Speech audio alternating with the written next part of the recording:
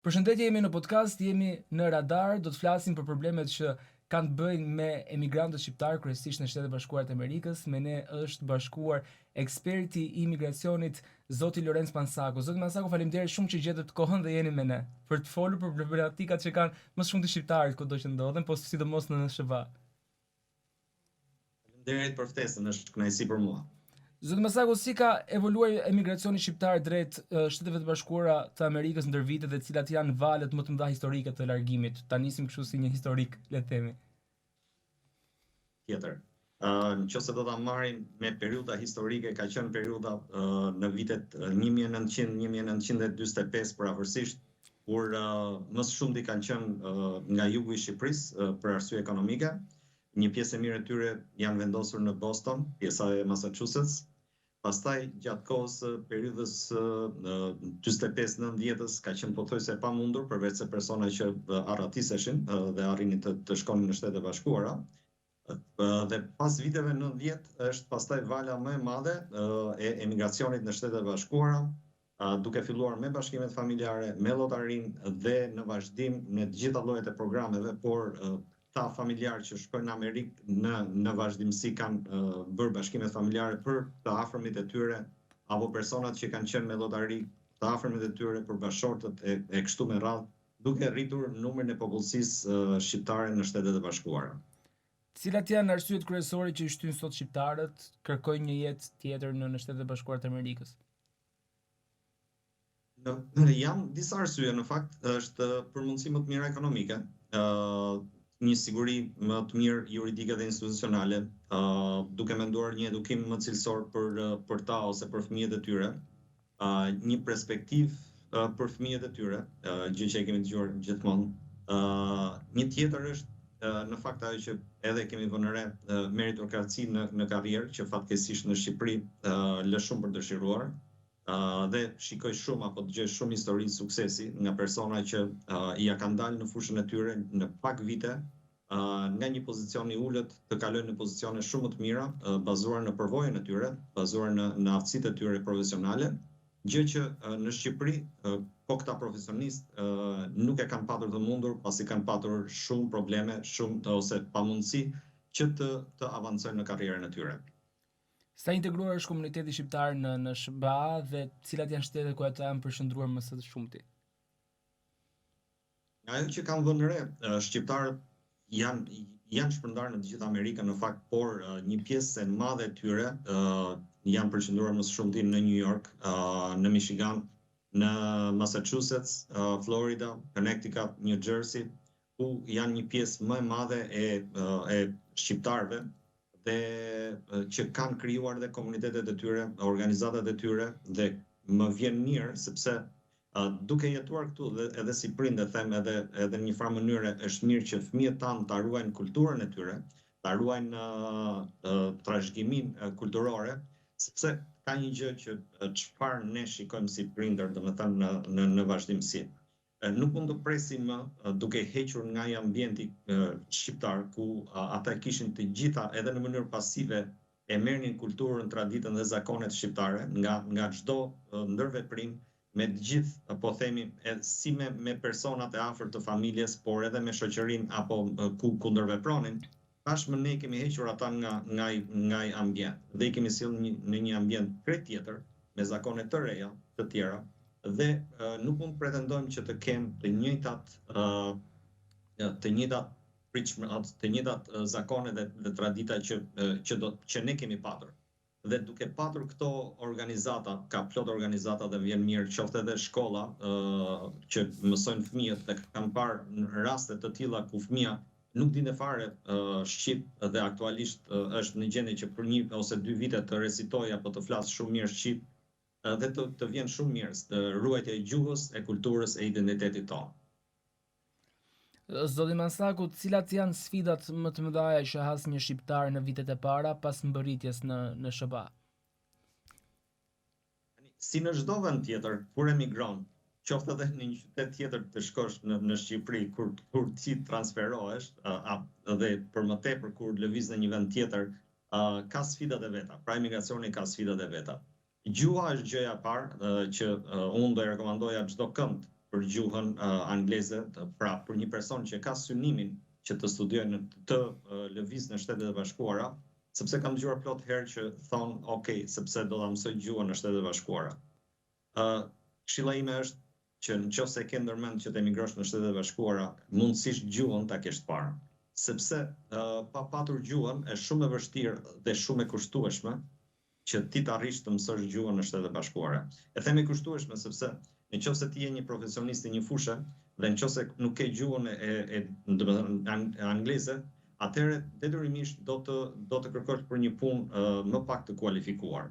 Dhe kjo do të lërë mbrapa për disa vite të mira derisa t'ja kesh dalë të mësosh gjuhën angleze në Shtetet e Bashkuara.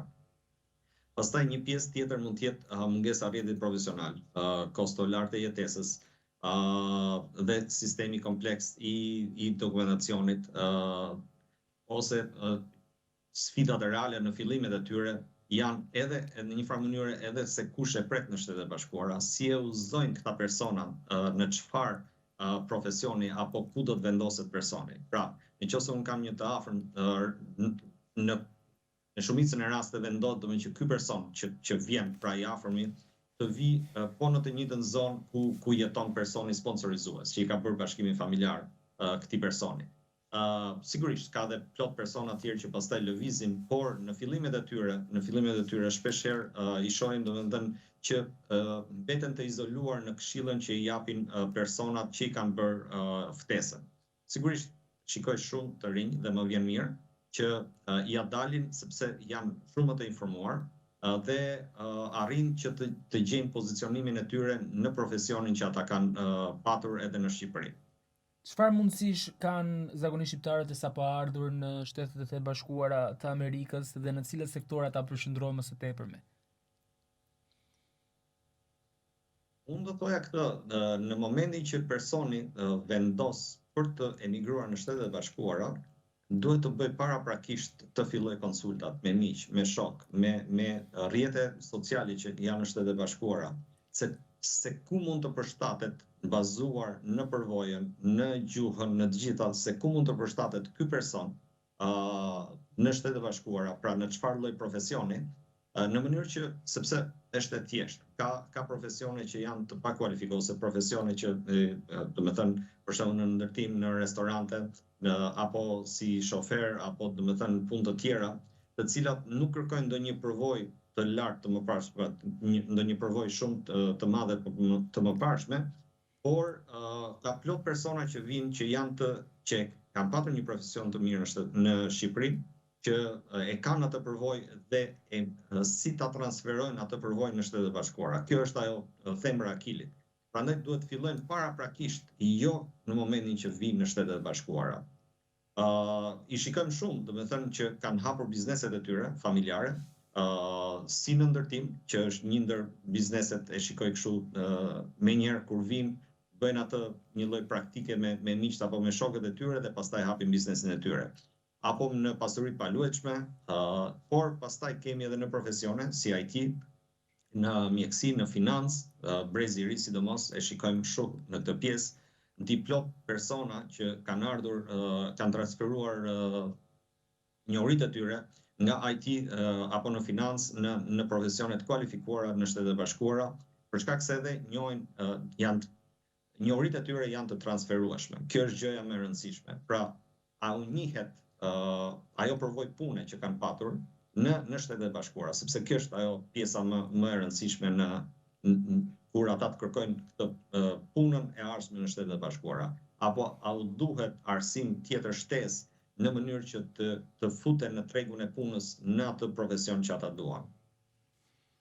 Qartë, si funksionon sistemi i emigracionit amerikan për ata që duan të shkojnë në mënyrë të ligjshme, duke qenë se ju jeni një ekspert? Ka plot mënyra të ligjshme, bashkimet familjare që kryesojnë, apo lotaria amerikane që është një fat për ata që e duan të emigrojnë në Shtetet e Bashkuara. E them për ata që e duan të emigrojnë sepse shikojmë që ka persona që hedhin llotarinë thjesht për të provuar fatin. Dhe pastaj shikojnë që zhgënjehen nga ajo që gjejnë këtu, sepse kanë menduar dhe mund të flasim edhe më tepër për këtë ndoshta për pjesën e çfarë i pret në Shtetet e Bashkuara.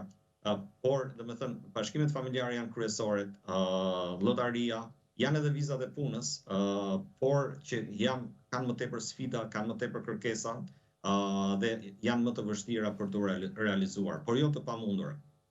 Pra këto janë procese të ligjshme me të cilat shtetet shqiptar mund të shkojnë në Shtetet e Bashkuara. Ju e thatë, zotë Masaku, me qenë se ECEK-ët kanë nga ata që aplikojnë për lotarinë amerikane vetëm thjesht për provuar fatin dhe zgënjihen nga ajo se çfarë gjejnë në Shtetet e Bashkuara të Amerikës. Në çfarë rastesh jeni hasur ju që kanë të bëjnë pra me këto kërkesa, por kanë gjetur një realitet komplet ndryshe atje? Atëherë, mund të them këtë gjë. Unë do doja që një person, edhe në grupin tim kam bërë një shkrim, do doja që shumë ata persona që emigrojnë, që kanë në plan të emigrojnë në Shtetet e Bashkuara, në fillim të kishin mundësinë që të vinin një herë ta shikonin, por jo me syrin e turistit, sepse kur vjen si turist, çdo gjë këtu të duket shumë e bukur.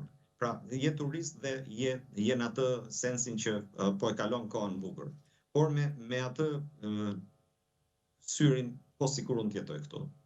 Pra, për të bërë një lloj plani real në mendjen tënde, se çfarë të pret. A është e përshtatshme të jetosh këtu? A është e përshtatshme për familjen tënde që të jetosh këtu? Pra, të gjitha këto në atë, ose ku do të përshtatesh ti, në çfarë profesioni do të përshtatesh? Ku do të jetosh ti? Dhe duke parë të gjitha këto, do të bësh një analizë çfarë po lë mbrapa, dhe kur them mbrapa, lë gjithçka tjetër.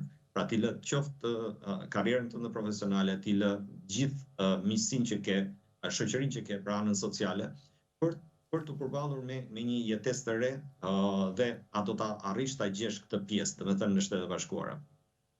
Dhe kam parë plot nga ata çiftet në përgjithësi të reja, të cilat e kanë marrë vizën dhe pastaj thonë si do t'ja bëj tani, sepse unë nuk dua që të qëndroj në Shtetet e Bashkuara.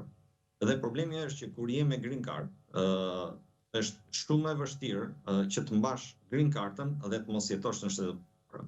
Në kushtet aktuale ka qenë kjo gjë, por në kushtet aktuale është bërë shumë herë më e vështirë që të arrish të mbash green cardën dhe të mos jetosh në Shtetet e Bashkuara.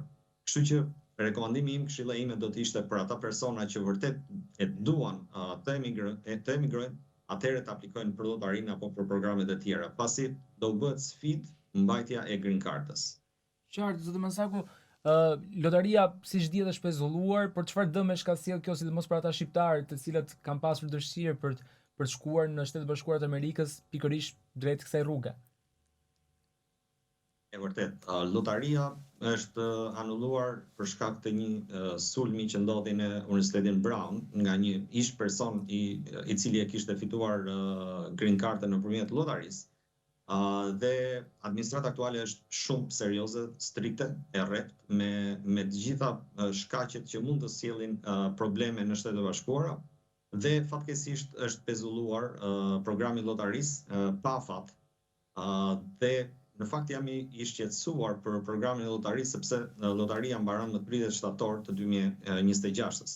Pra nëse këto viza nuk do të lëshohen përpara kësaj date, atëherë fatkeqësisht ky program do të mbyllet, përveç nëse ata arrin që të fitojnë gjyqin dhe gjyqi t'u jap të drejtën për të marrë vizën e tyre. Sigurisht edhe pjesa e gjyqit domethënë nuk është e garantuar as pak. Kemi parë në vitet gjatë Covidit, ku vetëm një pjesë e vogël arriti të fitojë vizat, një pjesë e madhe e tyre që e hodhën në gjyq nuk arritën dot që të marrin vizat. Pra nuk ka garanci, por edhe më bën shpesh pyetje a të marr pjesë në vendimin gjyqësor, si pjesëmarrës në gjyq. Sigurisht që këtë vendimarrje duhet ta marrë vetë personi, duke parë të gjitha, duke parë koston, duke parë që a ja vlen, duke parë numrin, çfarë numri ka normalisht në lotari, sa më të ulët aq më të mirë. Dhe a ja vlen pra kjo kosto për qëllimin që ka. Sepse në një farë mënyrë fatkeqësisht u mbetet edhe një peng nëse do të fitojë lotaria, pra nëse do të gjyqi, nëse do të fitojë dhe personi nuk merrte pjesë, mbetet edhe një peng që pse nuk mora pjesë. Për ata që vërtet duan edhe një herë përsëris që duan të emigrojnë. Zoti Mansaku, po ashtu një rrugë tjetër ju e përmendët paksa është edhe ajo nëpërmjet bashkimit familjar, por ne shohim raste, sidomos në Shqipëri, që thonë që këto aplikime janë ndërmarrë para 10 vitesh, 15 vitesh dhe ende nuk i ka ardhur drita e gjelbër për të shkuar drejt SHBA-s. Çfarë ndodh në këtë rast edhe ka një hendek mos gaboj për fëmijët që janë mbi 21 vjeç që nuk mundet të thënë me prindërit edhe në rast se bëhet një bashkim familjar, nuk e di se si rezultojnë këto raste. Më lër të them paksa pjesën e kemi aktualisht një pezullim të vizave edhe për bashkimet familjare për Shqipërinë, Kosovën, Malinezi dhe Maqedoninë. Dhe janë 75 shtete në fakt, por këtu fatkeqësisht hyn edhe Shqipëria në këtë listën e pezullimit të lëshimit të vizës, më duhet ta theksoj, të lëshimit të vizës imigruese. Ndërkohë që te llogaria jam më i shqetësuar, sigurisht edhe kjo, domethënë, nuk ka ndodhur më përpara që të pezullohet lëshimi i vizave për po themi për prindërin e qytetarit amerikan apo për bashorten fëmijën e qytetarit amerikan, dhe shpresoj që do të ketë një zgjidhje kjo çështje. Tek llogaria jam disi më i shqetësuar në atë pjesë. Tani të vim tek pyetja jote. Bashkimet familjare ndahen në kategori të ndryshme. Ka bashkime familjare për persona që quhen personat me të rrethit të ngushtë familjar, të cilët janë bashortja e qytetarit amerikan, fëmia e qytetarit amerikan, prindi i qytetarit amerikan, të cilët nuk kanë asnjë lloj kufizimi për të marrë vizë. Pra, ti bën bashkimin familjar sot, dhe më duhet të theksoj edhe këtë tjetër. Pezullimi i lëshimit të vizës nuk ndikon në asnjë lloj procesi tjetër. Pra, çdo proces vazhdon. Personi këtu në Amerikë mund të bëjë bashkimin familjar edhe sot që flasim. Personi, ajo aplikimi pasi është miratuar, kalon te qendra kombëtare e vizave, vazhdon procesimi me qendrën kombëtare të vizave dhe pas asaj kalon edhe për intervistë. Dhe bëhet edhe intervista. E vetmja gjë në këtë moment që nuk po bëhet është nuk po lëshohet viza për vizat emigruese. Okay? Tani përsëri tek kategoritë. I përmendëm kategoritë prind, fëmijë apo bashortë të qytetarit amerikan. Për këto nuk ka asnjë lloj kufizimi. Pra në çdo moment këto normalisht duhet të vazhdojnë. E zëm se nuk do të ishte pezullimi, këto vazhdojnë, lëshimet e vizave do të vazhdonin në çdo moment. Pastaj kemi kategoritë që janë me preferencë familjare, ku janë bashort ose bashorte apo fëmijë i personit që është me green card, ku është fëmia i qytetarit amerikan mbi 21 vjeç, fëmia i personit me green card mbi 21 vjeç të pamartuar, apo vëlla motor i qytetarit amerikan. Sipas kategorisë ndryshon edhe koha e pritjes. Para pandemisë, koha e pritjes ka qenë më e afërt normalisht. Pas pandemisë u shkaktua edhe një për shkak të ngërçit që nuk punuan konsullata pothuajse 2 vite. Ky ngërç pastaj ndikoi rrjedhimisht edhe në të gjitha çështjet që ishin në pritje. Dhe bashkimi familjar vëlla apo vëlla motor, për shembull sot që flasim, është diku te 17 vite. Dhe shpesh herë ndodh që fëmijët që kanë qenë të përfshirë dhe janë mbi 21 vjeç nuk kualifikohen tek ky bashkim familjar. Përveç rasteve kur një formulë specifike e aktit të mbrojtjes së fëmijës, Child Status Protection Act, nëse ajo i mbron. Por kjo është shumë specifike dhe shumë individuale. Paka shumë është nga mosha e fëmijës hiqet diferenca nga data që është miratuar bashkimi familjar minus datën që është dorëzuar bashkimi familjar. Paka shumë hiqet kjo moshë, kjo periudhë, domethënë nga mosha e fëmijës. Dhe nëse ai fëmijë do të del në 21 vjeç, e ka fatin dhe i bashkohet familjes. Përndryshe, jo. Dhe i bie pastaj që prindi, pasi të ketë shkuar në Shtetet e Bashkuara me vizën emigruese, të bëj bashkimin familjar për fëmijën, por edhe kjo pastaj do t'i marr diku te 7-8 vite të tjera, gjithmonë nëse fëmia është i pamartuar. Sigurisht, kur themi i pamartuar, fëmia mund të krijojë lidhjen e tij, mund të ketë familjen e tij, por nuk duhet të kurorëzohet. Dhe mund të them edhe këtë që edhe fëmijën mund ta marr në momentin që ka intervistën, por thjesht bashortin apo bashorten jo, dhe një gabim që bën shqiptarët, nëse është në këtë kategori F1 ose F2B, nuk duhet të celebrohet pas lëshimit të vizës, por vetëm pasi të ketë shkuar në Amerikë dhe pastaj të kthehet dhe të bëjë bashkimin familjar. Qartë, shumë interesante këto zotë Masako. Faleminderit shumë për sqarimin tuaj. Ju keni një komunitet në rrjetet sociale, në fakt unë aty ju kam njohur për gëzime shumë, ku ju i jepni përgjigje të gjithë njerëzve që kanë nevojë dhe problematika nga më të ndryshme që lidhen me emigracionin në Shtetet Bashkuara të Amerikës. Cilat janë pyetjet që ju bëhen më shumti dhe më shpesh? Drejt. Në fakt kam bëra goxha vite, në fakt gati 5 vite që kam grupin tim Mansako Solutions në Facebook, dhe kjo ka marrë spundo në një farë mënyrë edhe gjatë përvojës së punës në konsullat, u përgjigjeshin njerëzve nëpërmjet faqes së Facebookut të ambasadës amerikane, dhe në një farë mënyrë edhe më pëlqente që t'i ktheja përgjigjet në atë vazhd, duke dhënë edhe përgjigje, edhe duke dhënë përgjigje njerëzve, sepse në një farë mënyrë edhe shpeshherë nuk dim dhe bazohen në ato fjalët domethënë çfarë tha dikush në kafene, apo një shok, apo pa patur një bazë ligjore, pra pa patur një vërtetësi të burimit të informacionit që ata marrin.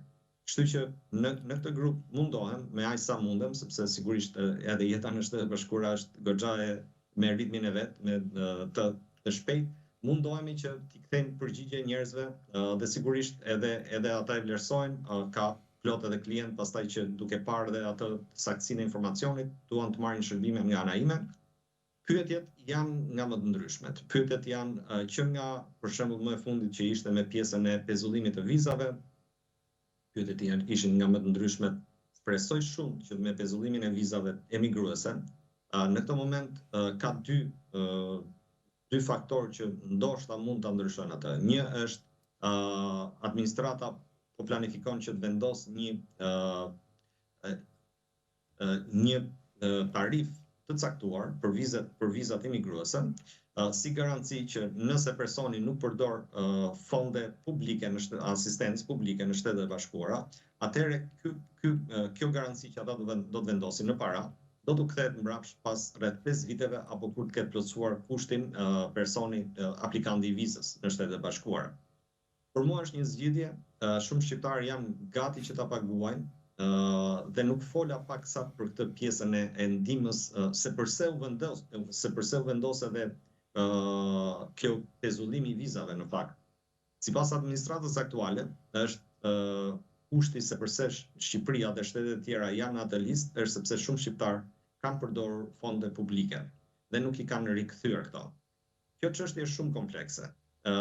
Fillon në një farë mënyre edhe me një farë mosdije nga ana e shqiptarëve, që personat që ata i kanë bërë garancinë financiare nuk duhet të përdornin fonde publike, asistencë publike në Shtetet Bashkuara, por kjo është e gërshetuar edhe me një mos ndjekje nga administrata në Shtetet Bashkuara, pra qoftë edhe lokale, qoftë edhe të gjitha administratat, nuk kanë përforcuar kërkesën për marrjen e kthimin mbrapsht të këtyre parave që janë përdorur, pra të fondeve publike që janë marrë nga aplikantët e vizave.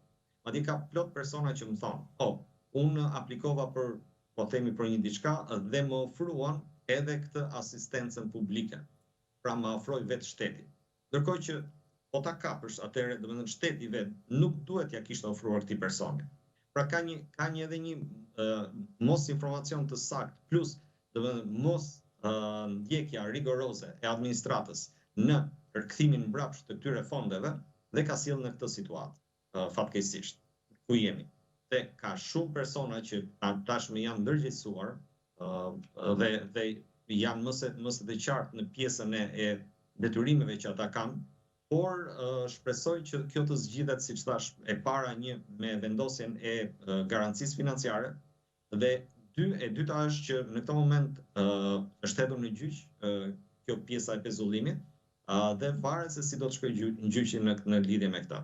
Pra kemi dy mundësi, domethënë, për heqjen e këtij pezullimi aktual të vizave. Zoti Masako, ju e thatë pak më herët që shqiptarët shpeshherë zgënjehen, duhet vinë në Shtetet Bashkuara të Amerikës ta shohin realitetin atje, jo në syt e një turisti, por në syt e një personi që do jetoj. Neve shpesh e shohim ëndrrën amerikane nga rrjetet sociale, nga media të caktuara, por zgënjehemi shumë shqiptarët kur shkojmë dhe shohim realisht se çfarë ndodh aty në optikën tuaj gjithmonë. kjo është vërtet shumë individuale. Është do pra mënyra se si ajo përqasja e dashurisë apo e urrëties, domethënë, e them sepse kam parë persona që kanë qenë shumë mirë në Shqipëri dhe që mendoja që nuk do përshtateshin këtu, që dhe që kanë thënë jo, më pëlqen shumë. Kam parë persona të tjerë që nuk janë përshtatur dot dhe arrin deri në një pikë të një paniku, domethënë kur I përmend Amerikën, ta them sepse ta them nga provoja, fatkeqësisht pra ka ndodh edhe kjo pjesë domethënë e një paniku, domethënë për shkak të sepse nuk arrin të përshtaten dot, qoftë me gjuhën, qoftë me përshtatjen për punën, apo me çfarë ata kishin, se në një farë mënyre domethënë bëhet si idhull Amerika, kur ti nuk e ke parë asnjëherë. Prandaj thash, sikur ta kishin mundësinë e një vizë turistike dhe ta shikonin se ku do të vendoseshin nesër. Pra jo thjesht të bazoheshin tek lajmet apo tek filmi, domethënë apo te një diçka, domethënë sepse shpeshherë filmi jep ato vendet më të bukura dhe shpeshherë shqiptarët apo emigrantët përgjithësi mendon që do të jetojnë në Manhattan, okay? Po jo çdo kush do të jetojë dot në Manhattan për shkak edhe qerat e larta, edhe çdo gjë. Ka plot shqiptar të suksesshëm që jetojnë në Manhattan, nuk bëhet fjalë. Por po them që të vish që në fillim dhe të arrish të integrohesh në këto vendet ku e ke menduar në fillim dhe pastaj ndodh edhe ajo zhgënjimi që nuk ja del dot.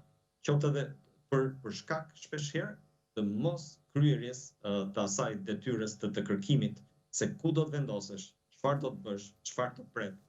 Nga miq, shok të mirë apo qoftë edhe në rrjetet sociale. Ka plot që shikoj edhe jo vetëm në grupin tim, edhe në grupe të tjera në Shtetet Bashkuara të shqiptarëve, ku shqiptarët postojnë kanë këto aftësi, ku mund të vendosem ose çfarë mund të bëjmë me këto aftësi. Pra, dhe siç jemi ne shqiptarët, ka dhe plot komente që nuk duhet t'i marrësh parasysh, por ka dhe plot nga ata persona, dashamirës, që japin atë mendimin e tyre për të orientuar në drejtimin e duhur. Dhe pastaj personi bën atë analizën e tij, ja vlen të lëviz nga aty ku është apo jo. Do të Masaku, shumë faleminderit që ishit me ne, faleminderit shumë që gjetët kohë dhe ju përgjigjet të gjitha pyetjeve që shpeshherë na shqetësojnë ne si shqiptarë që duhem ndoshta të emigrojmë drejt Shteteve të Bashkuara të Amerikës. Faleminderit shumë dhe shpresoj shumë të kemi sërish edhe në puntatat të tjera, pse jo. Faleminderit edhe juve.